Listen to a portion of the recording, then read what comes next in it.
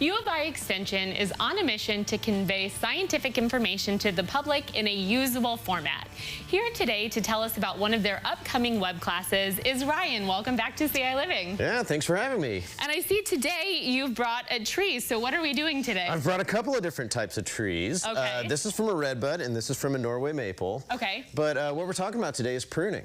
And a lot of folks don't realize that this is the perfect time of year to prune trees with respect to their health. When it's snowing. When it's snowing, when trees are dormant, when it's not disrupting like their normal life cycle. Okay. So not that you can't prune in the summertime, but this is the time where it'll have the least impact on tree health. And you know, as a tree care professional, I spent a lot of my winters doing a lot of tree pruning, but I know a lot of homeowners don't think about this until they're in full leaf and it's hitting you in the head while you're mowing or whatever. Right. So now's the time of year to get after that. That is have some pruning that really good to know, and I feel like I probably am guilty of snipping a branch, like you said, that was scraping against a window or something like that in a windstorm without even thinking about it. So I'm very glad that you're here to teach us this. And you know, it's not that big of a deal to take a few off in the summertime, but if you do have that tree that is just a real problem for your walkway or something, now's the time to really do those bigger pruning jobs. Okay, great. So, what's the best way? Well, so the biggest thing that you need to pay attention to when making a pruning cut is not just getting that limb out of the way, but taking your cut back to a branch union or a bud. Okay. And on your redbud tree, you can see some of the buds here. They're not quite as big as if you look at this. Those are big Norway buds, maple. right? Those are some big buds. Okay. Those are pretty easy to see. So some trees show you the buds more readily than others. Okay. But there's not much to it. If you're wanting to make a pruning cut, you know, again, we're not going to just cut it in the middle of a stem. Right. Because then this little stub we've left here, it's going to cause problems for the plant. If we cut at a branch union or a bud, there's cells in place that can grow over that wound. It can seal out disease and rot and other things. So I would want to make a cut back here closer to this branch union and take that off there. So why don't you try? So these cells then are more able to take care of that quicker. Is that the idea? Yeah. Well, there's actually what's called meristematic tissue, so tissue that's ready to grow at branch unions or bud locations. Right yeah, that's a good one. Does that That's a good one. Yep. Oh, okay. And so we don't want to leave those stubs. You also don't want to get super close right up on the trunk because we'll cut off some of that material. Where if we actually take a look over here at the maple branch that I've brought, you can just about see right there. See that little rumply bit of bark? Yes. You want to leave that in place and cut just right outside it. So that would be the perfect cut right there. So where, like right here? Down a little bit here. I'll demonstrate this one. Okay. Right? See how there's kind of little lines on the bark right there? Yes. I'm just going to go, and not every cut's perfect because there's other branches that can get in the way, but see, I kind of left that stuff.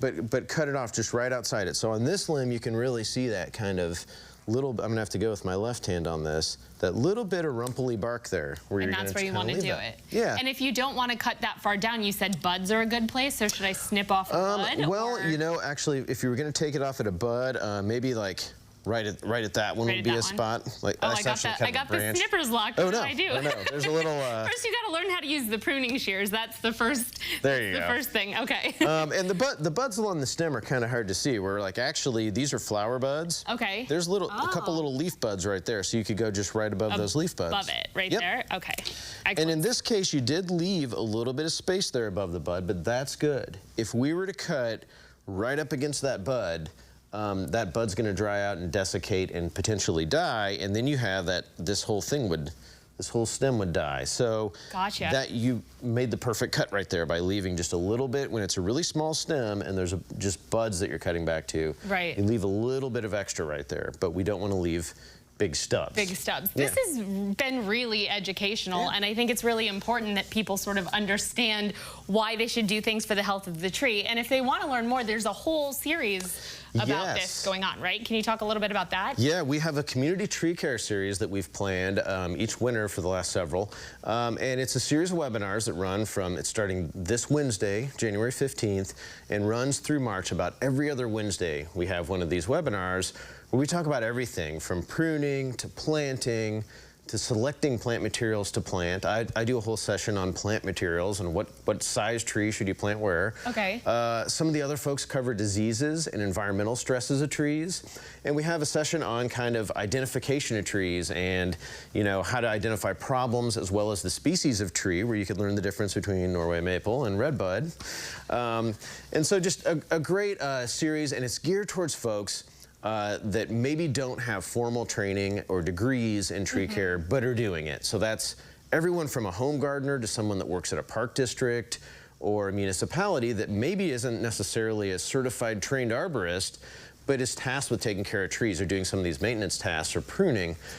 So it's meant to be on the very basic level up to even professionals. We kind of have a wide range of topics we cover in those webinars. And since it's online, I feel like anybody in Central Illinois, you don't have to be able to get to campus. You can just sign up for the classes online. Yeah, it's all online. It's from the comfort of your own home, no matter how cold or snowy it is. Right. You can do it at home. So. That's perfect. Well, thank you very much for sharing that information and for teaching us how to safely trim our trees. I think it's really important that we know how to do it. If we're going to do it, we might as well do it right. Might as well do it right. Yep. Awesome. Well, thank you so much for being here, Ryan. I'm sure we will see you again very soon. Yeah, glad to be here.